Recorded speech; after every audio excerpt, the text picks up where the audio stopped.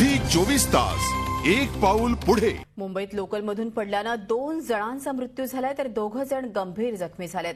सायन माटुंगे दरम्यान ही घटना घडली आहे। गर्दीमुळे हे 4 युवक लोकलमधून खाली पडले होते। त्यांना उपचारासाठी रुग्णालयात दाखल करण्यात आले होते, मात्र उपचारादरम्यान दोघांचा मृत्यू झाला। सकाळच्या गर्दीच्या वेळी ही घटना घडली आहे। लोकल्सना सकाळी मोठी गर्दी असते। फुटबोर्डवरून प्रवास करणं धोकादायक असतं, अर्थात प्रवाशांनाही याची जाणीव असते, मात्र कार्यालयात जाण्याची घाई असल्याने प्रवाशीही पर्वा न करता असा धोकादायक प्रवास करतात। सायन आणि माटुंगेच्या दरम्यान सकाळी 9च्या सुमारास ट्रेनमधून 4 ते 5 लोक जे आहेत ते बाहेर पडलेले आहेत।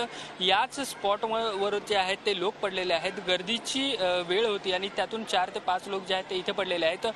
जखमी झालेले आहेत हे लोक आणि त्यांना जवळच्या सायन हॉस्पिटलमध्ये नेण्यात आलेलं आहे।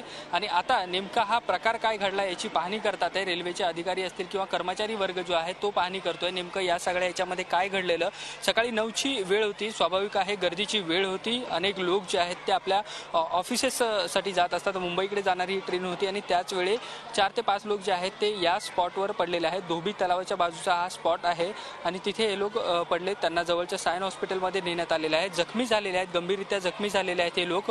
हे आपल्याला जे प्रत्यक्षदर्शी आहेत त्यांनी दिलेल्या माहितीवरून कळतंय। मात्र मुंबईची जी गर्दी आहे ती नेहमीचाच विषय असतो। ट्रेनची खास करून गर्दी जी आहे तो नेहमीच चर्चेचा विषय असतो। वेगवेगळे अपघात जे आहेत या गर्दीमुळे झालेले अनेकदा पाहायला मिळाले आहेत आणि त्यातूनच गर्दीच्या मोठ्या रेट्यामुळेच हे 4 ते 5 लोक जे आहेत ते बाहेर पडलेले आहेत, गंभीर जखमी झालेले आहेत आणि या सगळ्या लोकांना जवळच्या सायन हॉस्पिटलमध्ये नेण्यात आलेले आहे। झी 24 ताससाठी व्हिडिओ जर्नलिस्ट मोहन आंग्रेसह देवेंद्र कोलटकर, मुंबई।